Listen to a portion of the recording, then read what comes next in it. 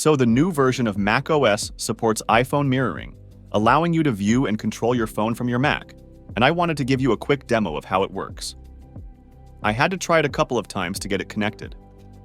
At first, it needed me to type the passcode on my phone, and after that, it wouldn't connect because my phone was in use. But once I locked my phone and put it away, it started working. It's pretty trippy at first because you can remotely control your phone just as if you were holding it in your hand. Some apps like my security cameras push notifications to my phone, but aren't easily accessible on my computer, so I could see myself using this a lot for things like that.